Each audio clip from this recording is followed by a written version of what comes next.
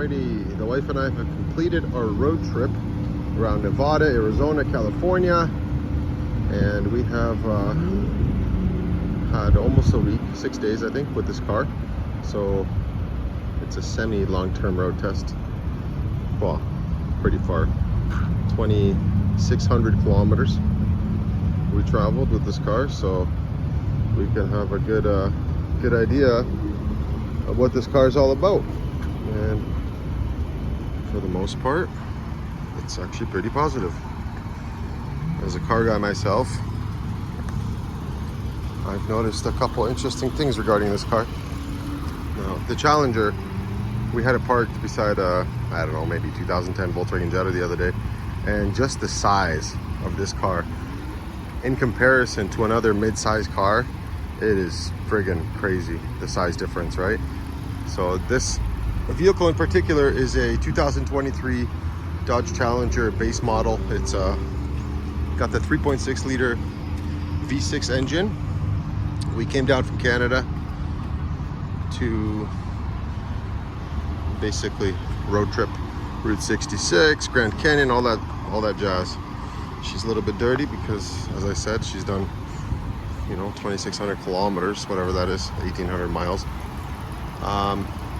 So yeah, positive things. When we first picked up the vehicle from the airport, I said, oh no, these seats are going to be uncomfortable. But you know what?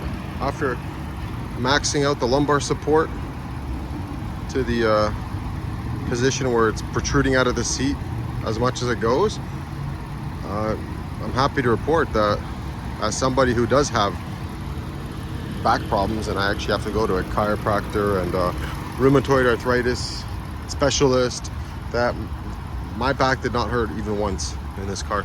All those miles, long stretches of road.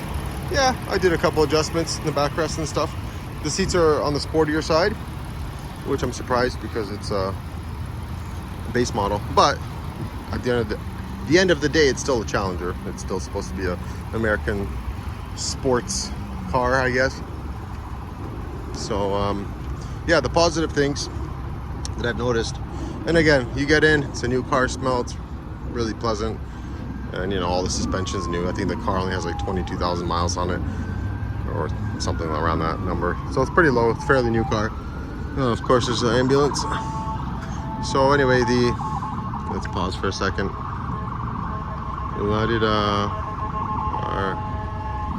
Alright, continuing. So the V6 Challenger, the cool thing that I've noticed about this particular car, and I doubt the previous first generation of the new Challenger, whenever that was released, 2011 or whatever, those probably had that crappy 5 or 6 speed automatic, but this one has that, I think, 7 or 8 speed automatic. And if I were to get one, I would be totally fine with one of these automatic transmissions. You got like sport mode, where you press a button in front of the shifter and like a little checkered flag comes on, and you can hit the shifter to the left side and do manual shifting. And the earlier Tiptronic transmissions in like whatever car, I'm going to use my Lexus as an example. It's a 2011 and it's so delayed. Even if you want to like have a little bit of fun and downshift and stuff, it's, you know, you got that like half-second delay. Right here it's pretty quick, pretty instant. The horsepower is pretty good.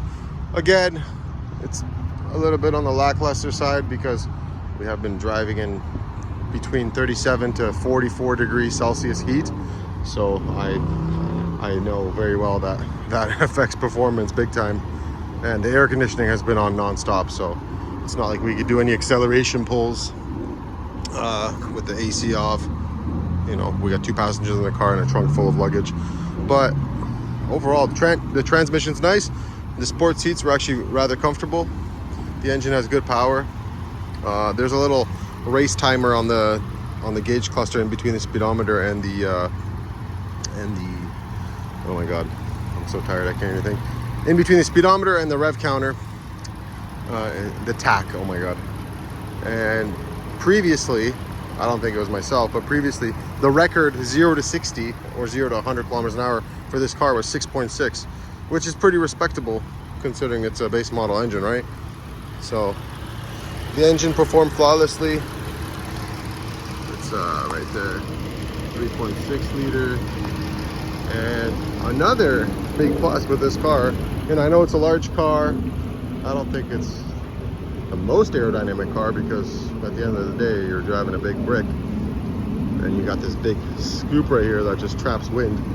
It's not like sloped, or you know, it's just got like a sharp edge, and it's pretty squared front end, right? So I know that's not the best thing when it comes to aerodynamics, but even with that, the weight that the car bears and the aerodynamics that aren't like a Mustang or a Corvette, the fuel mileage was actually pretty good. On long stretches of road at like 110 kilometers an hour or like 70 miles an hour, we were getting, I don't know what the MPGs are, I forget the conversion, but liters per 100, there's a few times where we were at like 9.4. That was pretty much average, as long as there wasn't any elevation changes and stuff, because elevation changes and going up long hills or whatnot, that really hurts it, right? So I'm just wondering, you'd probably get even better fuel mileage if the temperature wasn't so hot. And right now in Nevada, you have record breaking heat, right? So driving a black car with record breaking heat, that's fun. But hey, on another note, the air conditioner was awesome too. You got regular AC and then you got max AC. That's a cool feature with these Dodges. The trunk space is massive. Dual exhaust tips, that's cool.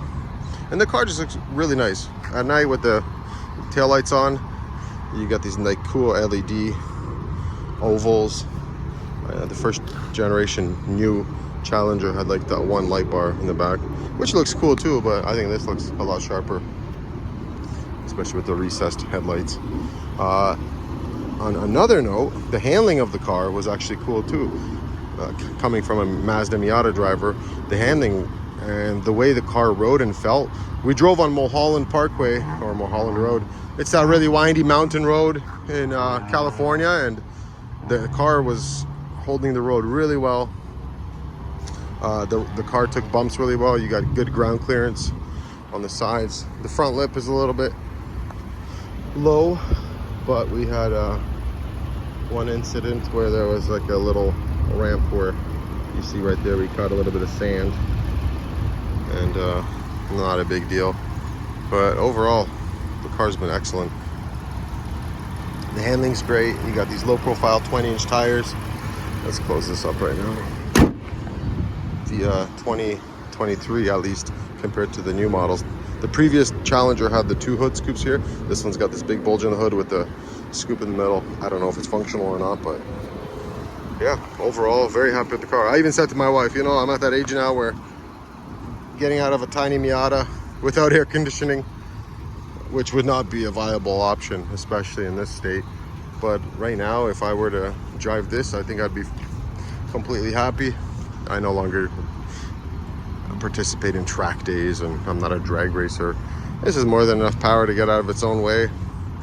Great passing power, good acceleration, and from what I read online, these still go 143 miles an hour, so like 235 kilometers an hour, which in Canada you're never going to use anyway, so who cares?